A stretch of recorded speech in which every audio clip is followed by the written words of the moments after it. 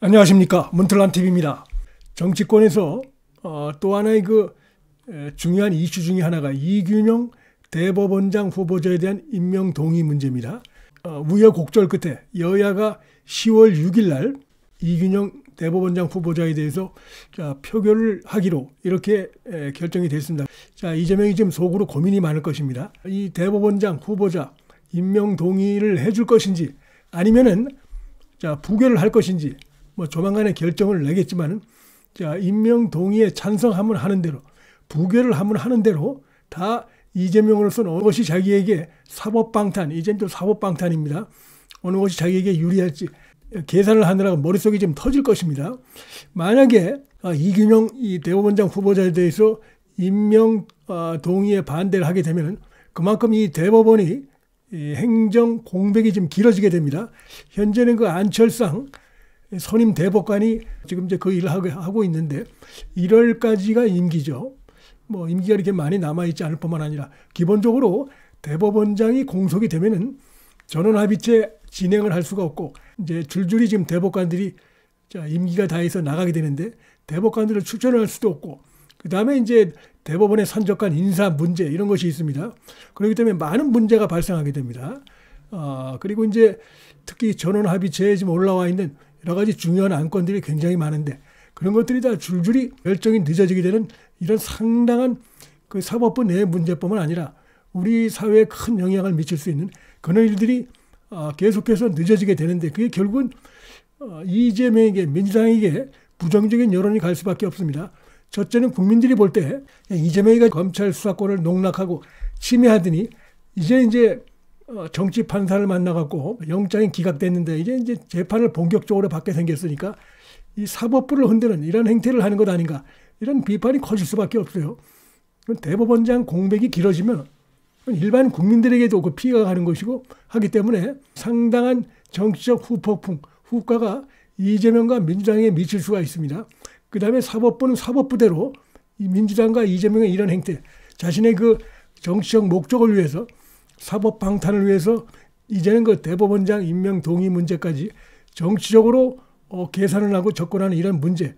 그래서 엄청나게 여러 가지 사법부 사실상 중요한 기능이 정지가 되는 마비가 되는 이런 걸 초래하는 것에 대해서 판사들이 부글부글 끓을 수밖에 없을 것입니다. 그런 걸 생각하면은 이재명 입장에서는 이균용 대법원장 후보자 임명 동의를 찬성을 해줘야 될 것 같은데 만약에 또 찬성을 해줬다가 어쨌든 이제 윤석열 대통령에 의해서 임명 동의가 왔는데 혹시 이제 보수 성향으로 알려져 있죠.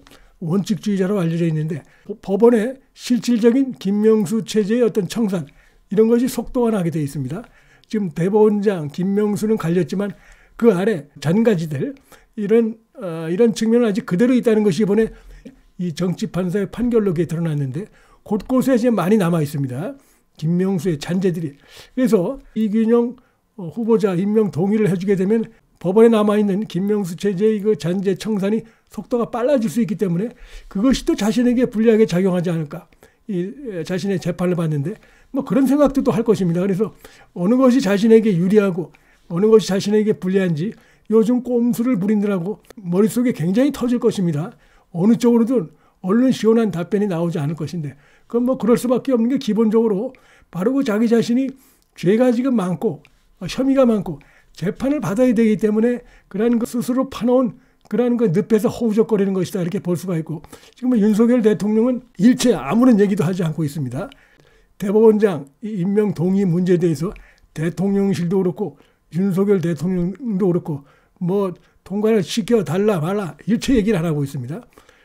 이런 그 분위기를 볼 때 만약에 이균용 이 후보자에 대해서 부결 처리를 해버린다 그러면 일단 윤석열 대통령으로서는 빨리 후임을 선정을 해서 빨리 해야 되겠죠. 그래야지 사법부 공백이 조금이라도 그 기간이 줄어드는데 인물이 그렇게 많은 게 아니고 하기 때문에 그리고 지금 이번에 인사청문회 과정에서 이런저런 지적을 받긴 했지만 재산이 좀 많다 이런 것이 지금 어떻게 보면 하나의 흠결이 되다 보니까 거기서 여러 가지가 갈라져 나와가지고 비판을 받았는데 그렇다고 해서 이균용 이 후보자가 무슨 세금을 탈루했다든지 이런 심각한 문제는 없습니다. 사실은 본인이 어떤 그 법적으로 그다음에 세법상으로 혹은 어떤 다른 그 밖에 도덕적인 부분에서 크게 어떤 문제가 드러났다 이렇게 볼 수 있는 사항은 아닙니다. 사실은 좀 이상하다, 의심스럽다, 뭐 이런 정도로 가지고 야당에서 민주당에서 지금 확대해 가지고 공격을 하고 정치적인 윤석열 정부에 대한 공세를 하고 있는 것인데,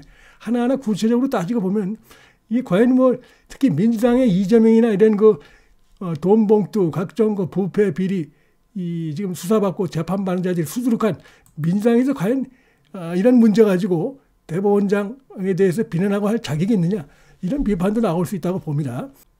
어쨌든 간에 지금 이제 안철상 대법관 체제로 가다 보니까 대법원장 대행 체제로 간 게 지금 30년 만입니다. 우리나라 그 사법 역사상 30년 만에 대법원장 대행 체제가 들어섰는데, 이게 결국은 이게 이제 이재명 때문에 들어선 것이다 이렇게 봐도 과언이 아니라고 봅니다. 이재명이가 그 가짜 단식을 하고 그다음에 구속을 면하려고 그렇게 정치적으로 그냥 정기국회 회기 중에 무책임한 이런 그 이기적인 행태를 하다 보니까 이런 일이 벌어졌다 이렇게도 볼 수가 있는 것이고요.